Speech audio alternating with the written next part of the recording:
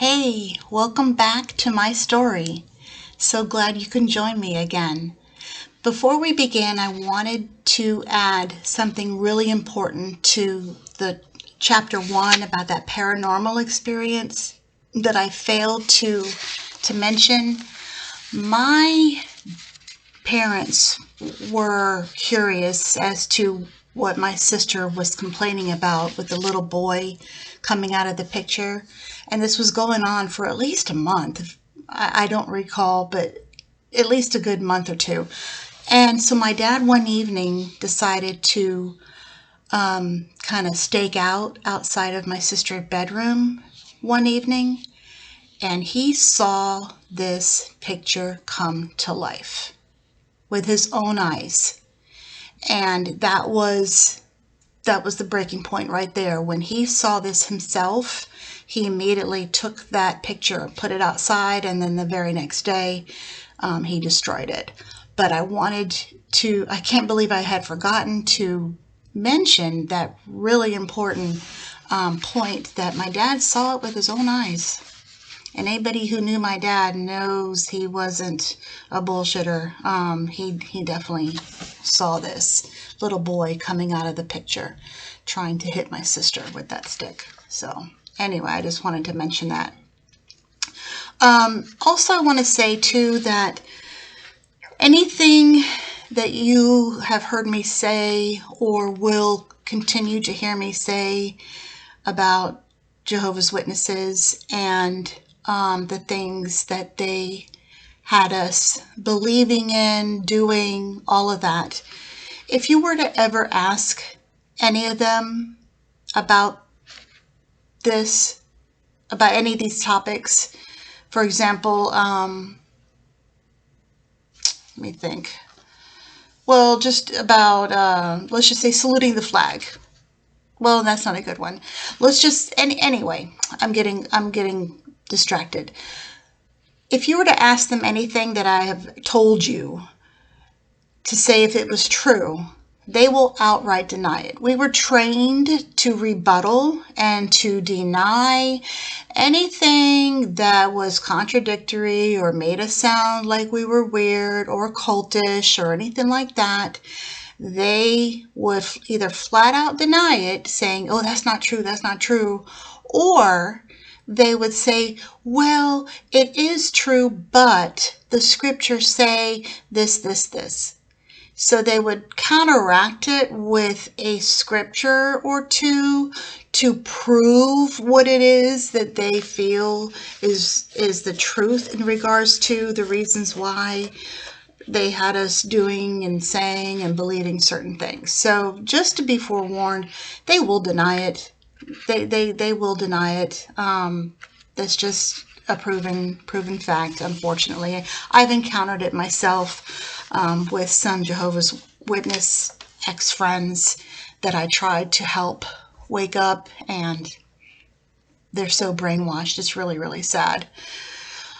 Speaking of brainwashed, I wanted to discuss the definition of a cult, because without a doubt in my mind, I believed that I did belong to a religious cult. As a Jehovah's Witness, meeting people, knocking on their doors or whatever, they would say, oh, you're in a cult, you're in a cult.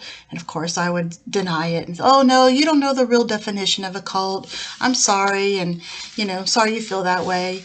But they were right. They were right. So I looked up a few great definitions of what a cult is. Here's one of them. A social group that is defined by its unusual religious, spiritual, or philosophical beliefs, or its common interest in a particular personality, object, or goal. Kind of makes you think of Scientology. They're a cult. Here's another definition. A system of religious beliefs and rituals. In general, a cult is a group that claims to belong to a specific religion, but misrepresents any core teaching that would prevent a believer from being saved according to that religion? And the last definition I thought was really good. A cult is a group that claims to be part of a religion, yet denies essential truths of that religion. So I feel that all of those definitions, living the life that I lived, definitely describes Jehovah's Witnesses. They are indeed a cult. Another thing I wanted to mention that maybe some of you have wondered is, how did they come up with the name Jehovah for our God? Interesting thing. In one of their old publications, and I have a YouTube video that I could provide you with, that has a gentleman researching the name Jehovah, and he came across one of Jehovah's Witnesses publications.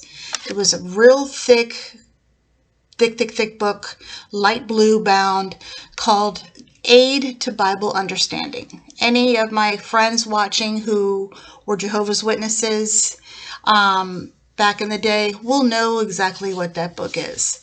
But in that book, they speak the truth of how or where the name came from, because they claim that that is definitely God's name. We may not know the correct pronunciation, but this is the name that was given to them by God's Holy Spirit, and to tell them, this is his name, and use it. So, but in their own publication, they told the truth. So the name Jehovah was adopted by a Spanish monk in the year 1278. A long time ago, by a Spanish monk. Now, I don't know if you know anything about the Hebrew language, but the Hebrew language written did not have any vowels. They only used consonants. Of course, when they spoke, they had to incorporate the vowels to make the sound, because it would be very difficult to, for example, the Tetragrammaton, YHWH, how do you pronounce that? Yahweh. So we've heard of Yahweh. They'll throw in a couple of vowels to make the Tetragrammaton come to life, Yahweh. And then he incorporated, this Spanish monk came up with Jehovah as the acceptable name for God. So just thought I'd throw that in there. So let's go ahead and begin with chapter 2, going to school as a Jehovah's Witness, and all of that comes with it. So I was in elementary school, already had attended elementary school prior to becoming a Jehovah's Witness. So when my parents became serious and decided that they were going to be Jehovah's Witnesses and get baptized, they got baptized and all that.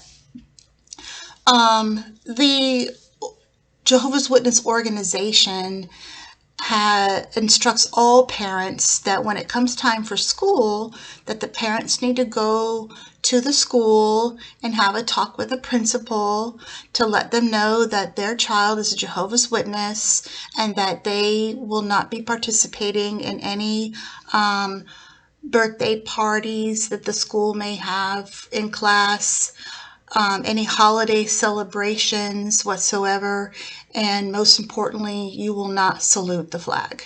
No saluting of the flag.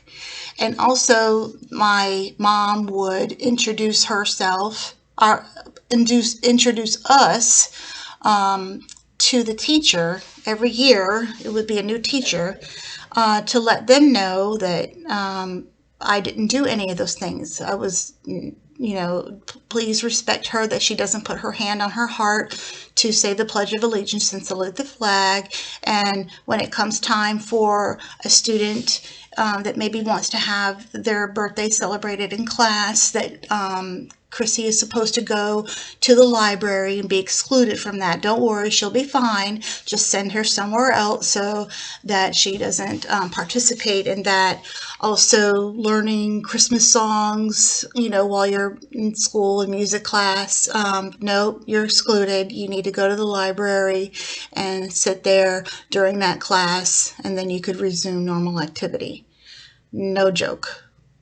And that was so hard for any kind of elementary age child to have to go through, let alone understand why all of a sudden I can't do these things anymore. Why can't I do these things anymore? They would try to get me to understand my parents, but those were the rules. Those were the rules, because we were supposed to be separate.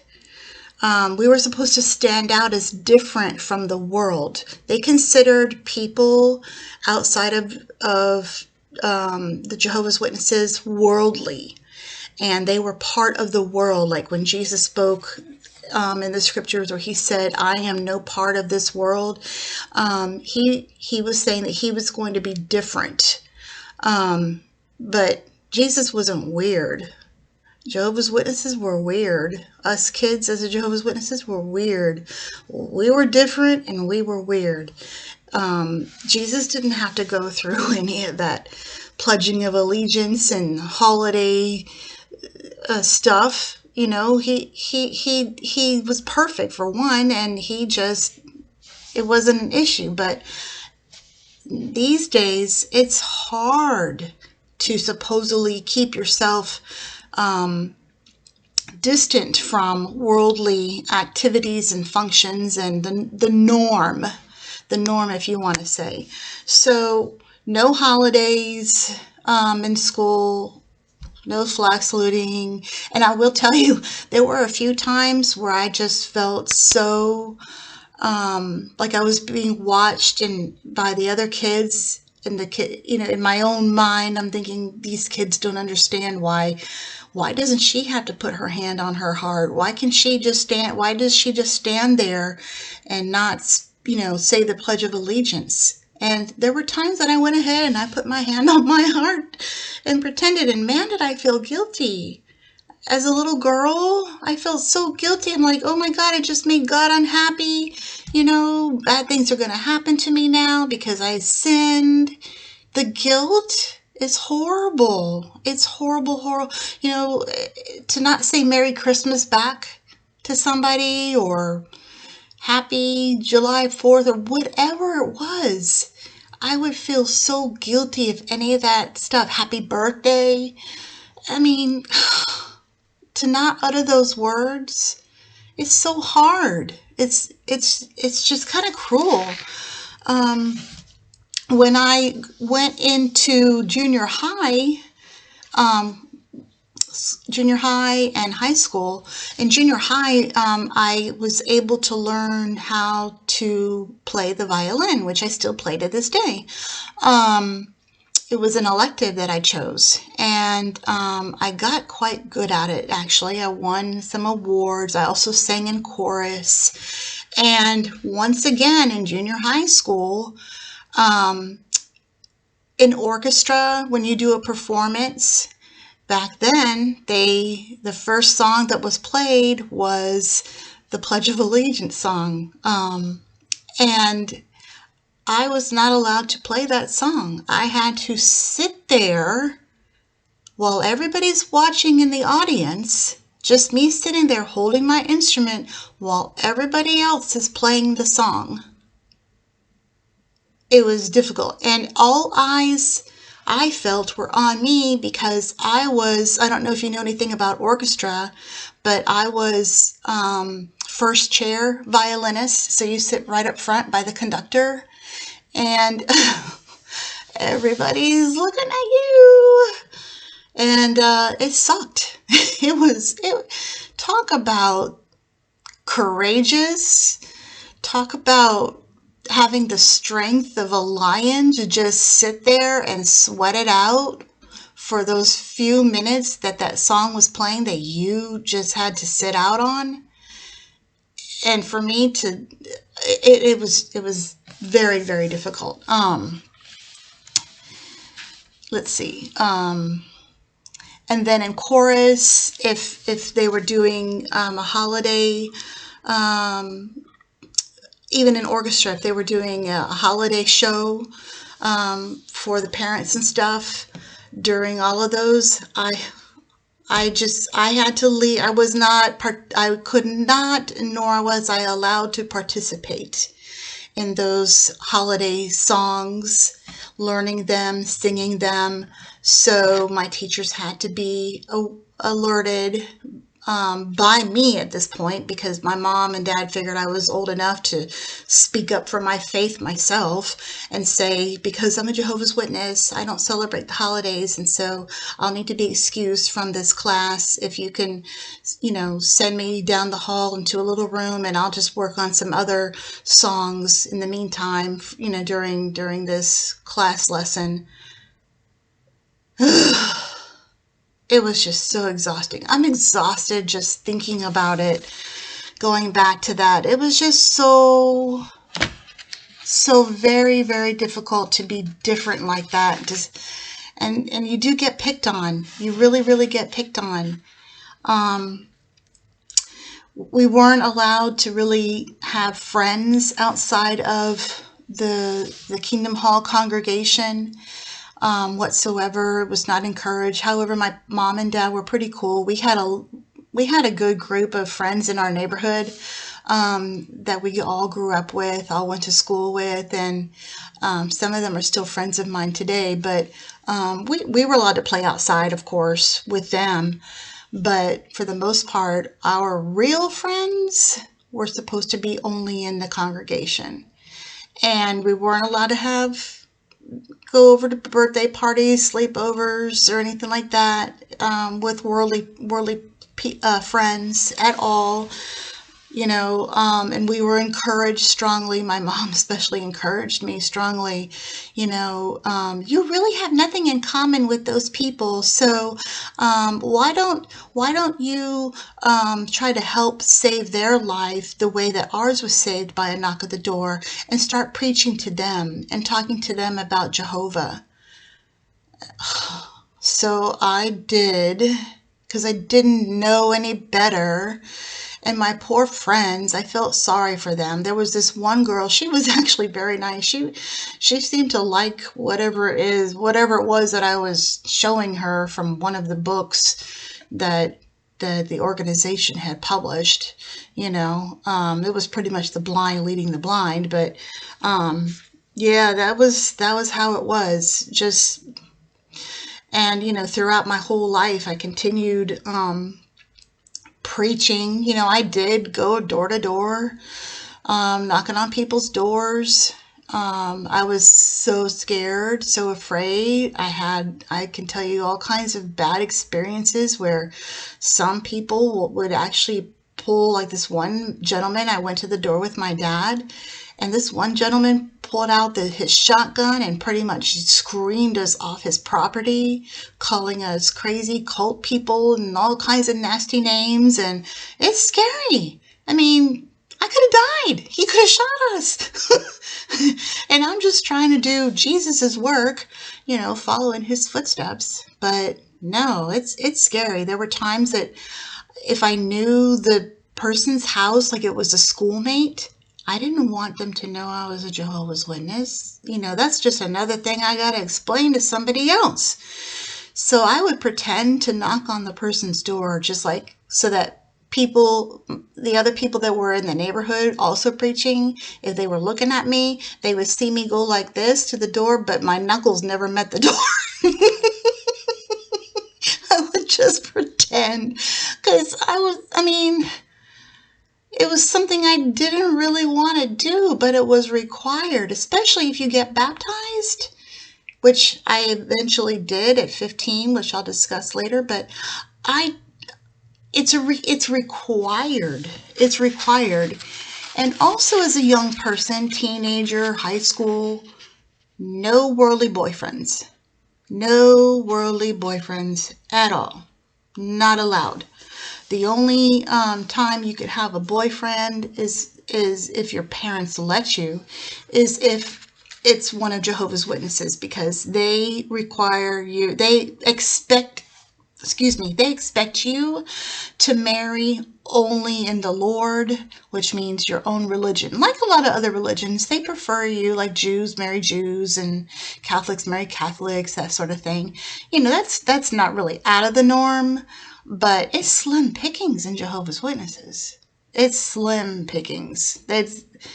And these guys, like most guys, are not raised right on how to date and treat a girl and all that stuff. It's just rare. My very first boyfriend, though, that I did have that was a Jehovah's Witness was at age 15, and he where's my notes? Sorry, I have notes so that I can keep track of everything. He was a nice guy. He was 17. I was 15. I was in high school. He was just graduating high school. I think we met at a party or something. But when you date in the Jehovah's Witness organization, if people know that you're dating, they take that very seriously. Dating means that eventually you two are going to get married. So with that mental thought in both of his mother and my mother's mind as Jehovah's Witness parents, when we started getting a little serious, they started to plan a wedding. Now, I was just going with the flow. I didn't really think we were ever really going to get married, and obviously we didn't get married. But that was the plan. I was only 15. Now, I don't know how long, if we had gotten engaged, how long that engagement, but I remember clearly it was going to be okay if we had gotten married while I was still in school. It's crazy, just ridiculous. Yeah, he had a car, but he still lived at home with his family, and I still lived home with my family. Where are we going to live? We didn't have jobs or, like good jobs that we could live on our own. It was just weird. And our dating, we dated maybe 5-6 months. All of our dates were chaperoned. We were never allowed to be alone so that we were not tempted into fornication. Not kidding. Not kidding at all. So if it was not one of his friends or his sisters chaperoning us, it was my mom or my sister chaperoning us. And I have to say my mom was pretty cool because she was a romantic at heart like me, and she would allow us at the end of our date, if he was dropping me off at the house, she would allow me to stand outside his car and chit chat with him for a minute so we can, kiss and stuff. But yeah, that's how it was. That's how it was. Just really, really crazy. Then, as I got older, that relationship didn't work out. When I was about 10 years old, there was some twin brothers that came over from the country Panama to Miami. And these brothers ended up being my best friends up until the day I left being a Jehovah's Witness, stopped being a Jehovah's Witness. So 30 plus years, 35 years of a strong, strong friendship. These guys were like my big brothers. I adored them. They adored me. They were always over. My parents loved them. And as the years progressed, when I became closer to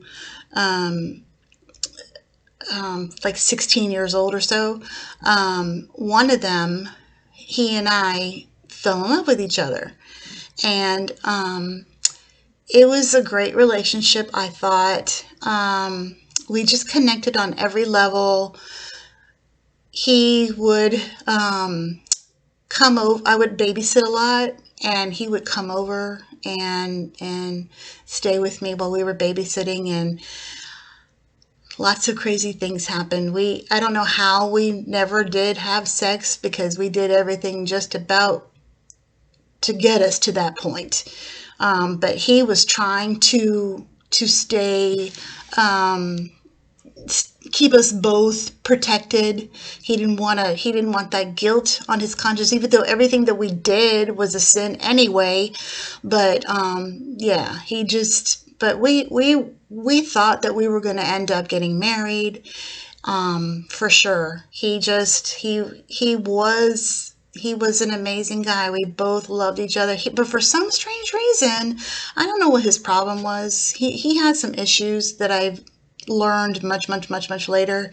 But he had like commitment issues. He didn't want anybody to know in the congregation that we were dating, although everybody knew that we were a thing.